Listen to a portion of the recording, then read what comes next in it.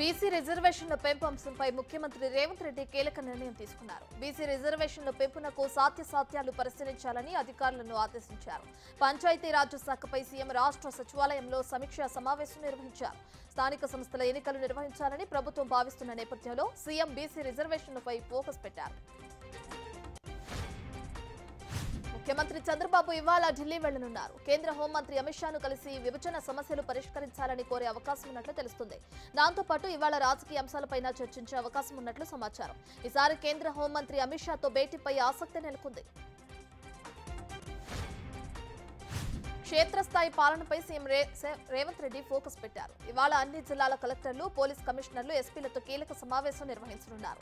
9 ప్రధాన అంశాలపై చర్చించనున్నారు. ధరణి, ప్రజాపాలన, ఖరీఫ్ సాగు, సీజనల్ వ్యాధులు, వన మహోత్సవం, విద్య, మహిళా శక్తి, డ్రగ్స్ నియంత్రణ, శాంతి భద్రతల నిర్వహణ అంశాలే అజెండాగా ఈ సమావేశం జరగనుంది.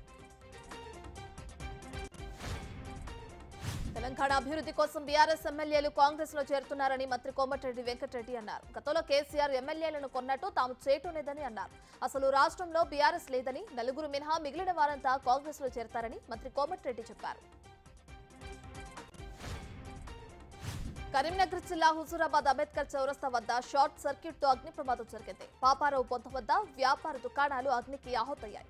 అరటి పండ్ల బండ్లతో పాటు మరో 10 దుకాణాలు పూర్తిగా దగ్ధమై భారీ ఆస్తి నష్టం జరిగింది.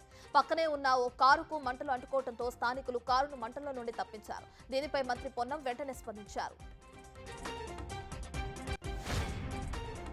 అనంతపురం జిల్లా వజ్రకరూరు ఎంఆర్ఓ కార్యాలయంలో ఏసీపీ అధికారులు దాడులు నిర్వహించారు. వజ్రకరూరు ఎంఆర్ఓ మహమ్మద్ రఫీ రైతు వ్యవసాయ పొలంను కొటేషన్ చేయడం కోసం 65,000 రూపాయలు లంచంగా తీసుకుంటుండగా అధికారులు పట్టుకున్నారు. రైతుకు చెందిన 5 ఎకరాల 50 సెంట్ల వ్యవసాయ పొలం రికార్డులకు ఎక్కించడం కోసం ₹1,00,000 లంచంగా డిమాండ్ చేసినట్లు అధికారులు గుర్తించారు.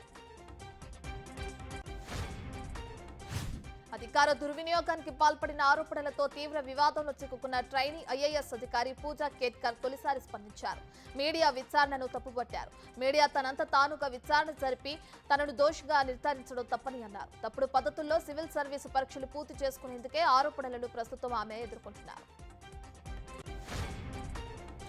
ఐసీసీ టీ20 ప్రపంచ కప్ 2024ను గెలిచిన తర్వాత స్టార్ ఆల్రౌండర్ హార్దిక్ పాండ్యాకు గుజరాత్లోని తన స్వస్థలమైన వడోదరలో ఘన స్వాగతం లభించింది. అభిమానులు అతన్ని ఘనంగా స్వాగతించారు. అభిమానులు పెద్ద ఎత్తున తరలివచ్చి పాండ్యాకు వెల్కమ్ చెప్పారు. ఓపెన్ బస్ లో హార్దిక్ రోడ్ షో కొనసాగింది. టీమిండియా జెర్సీతో ఉన్న పాండ్యా తన అభిమానులకు ధన్యవాదాలు తెలిపారు. అమెరికా మాజీ అధ్యక్షుడు డొనాల్డ్ ట్రంప్ కు భారీ ఊరట లభించింది. రహస్య పత్రాలకు సంబంధించిన ఓ కేసును ఫ్లోరిడా న్యాయస్థానం కొట్టివేసింది. అభియోగాలు దాఖలు చేసిన ప్రత్యేక న్యాయవాదిని చట్టవిరుద్ధంగా నియమించారని ట్రంప్ తరపు లాయర్ చేసిన వాదనతో కోర్టు ఏకీభవించింది.